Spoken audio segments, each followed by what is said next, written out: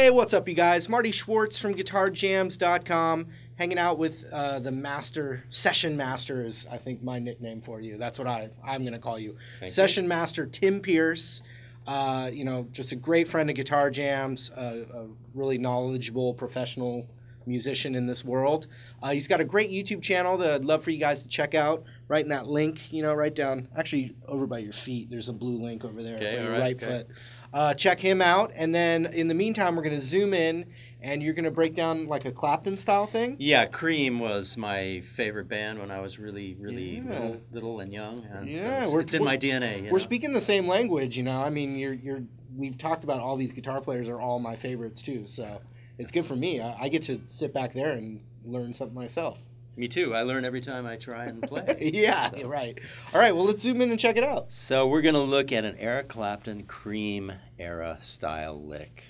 One of my favorite things from the very beginning when I started playing guitar. It's kind of in that perfect spot where we're in A minor and you want to anchor your third finger on the D string at the 7th fret. Why not just stay in A minor forever? That's what I say. The great thing about this lick is there's a lot of hammer-on and pull-off action, and these are the great like left-hand action things that like identify so many great blues players' styles. So I'm going to go really slow. The lick is got three kind of main parts: a short one at the beginning, this long one in the middle, and then the little tail at the end.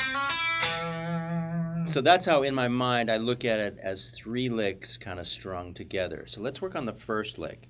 So once again, third finger, D string, 7th fret. And we're going to pull off. And what that is instead of picking each note, we're going to pick the first note. And we are secretly keeping our index finger held on the D string on the 5th fret. So it's on the same string, as you can see, and it's holding the note underneath, so that what we're going to do, we're going to strike the top note, and then we pull off our third finger by pulling down, and when we pull off, the third finger picks the next note, the note that's below it.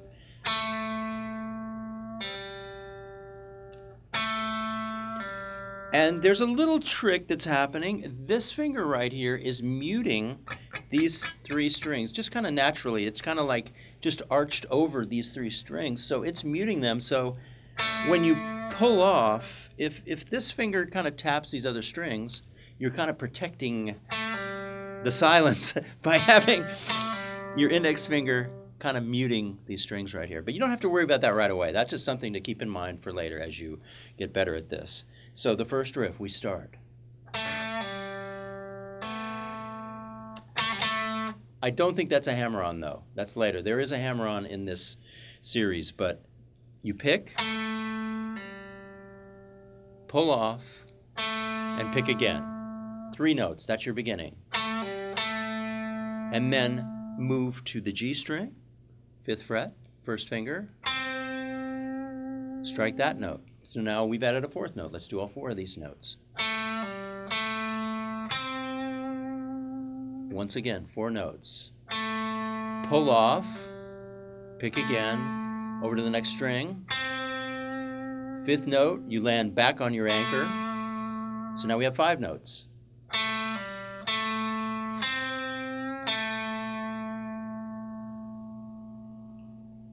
Move to the next part of the phrase. And it's also a pull-off.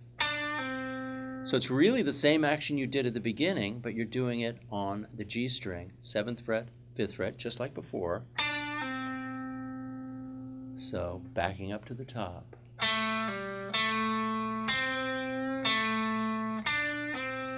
And then land once again on your anchor. This phrase is getting long. I guess it was a little longer than I said.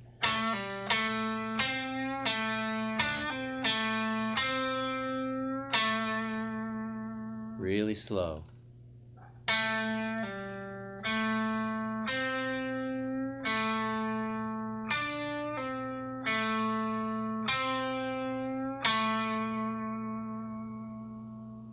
And that second pull off, I do this thing where I kind of roll my finger. That'll come to you eventually.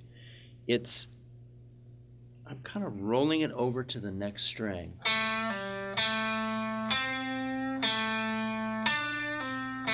And what that does is it keeps the first note of the two-note series, it keeps it ringing all the way up to when the next note starts.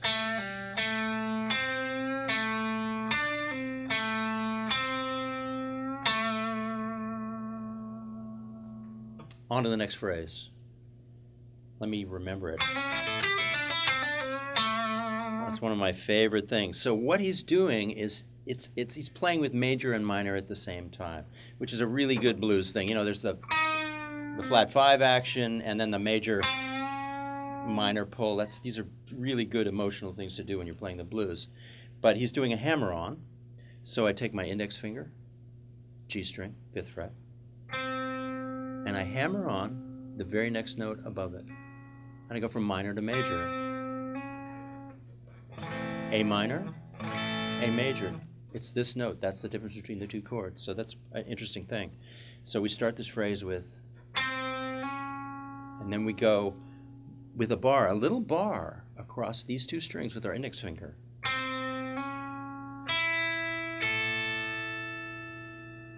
And you let them ring together. What you're doing is you're mashing your finger down. It might hurt a little at first, but quickly you develop calluses and it stops hurting. On an acoustic guitar, it'll hurt a little more. Electric's a little more forgiving. So here we go. Hammer on, one note up, between the dots.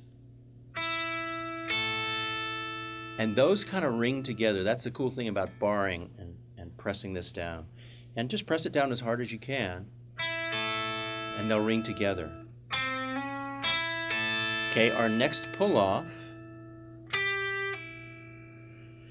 And here we get your little finger into the action. Little finger is always the tough one to build strength in, so this is really good for you to start getting that going. This might feel a little awkward at first, trying to get your little finger into this action. It's on the, what is that? 8th fret, B string. Okay.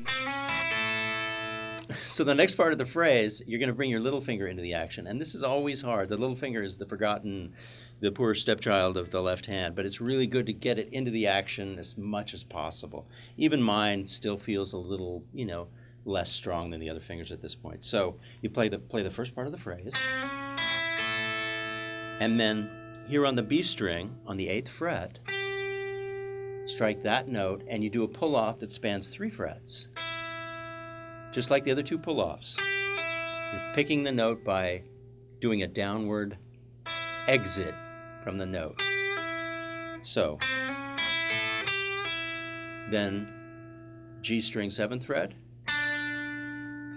go back to that note, and then you play this blues minor third, and then you land on your anchor, your original note. So this whole phrase is,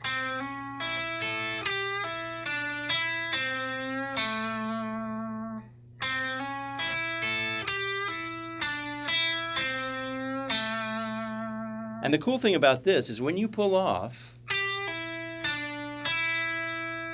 you kind of go back in the same direction you were, and you could actually turn this into a repeating phrase.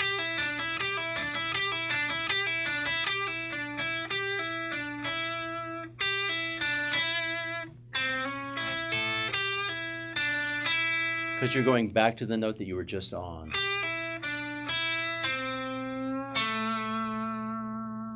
We're almost done. Then you end the phrase by doing this again. So the end of the phrase is, the beginning of the last phrase is the same as the beginning of the phrase we just did. It's, and then you hit the 5 note, which is basically telling you it's the 5 chord of the 1-4-5 blues progression.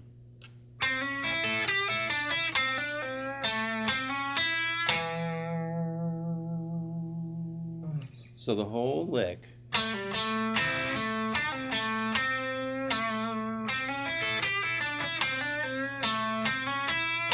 going to do it one last time, super slow.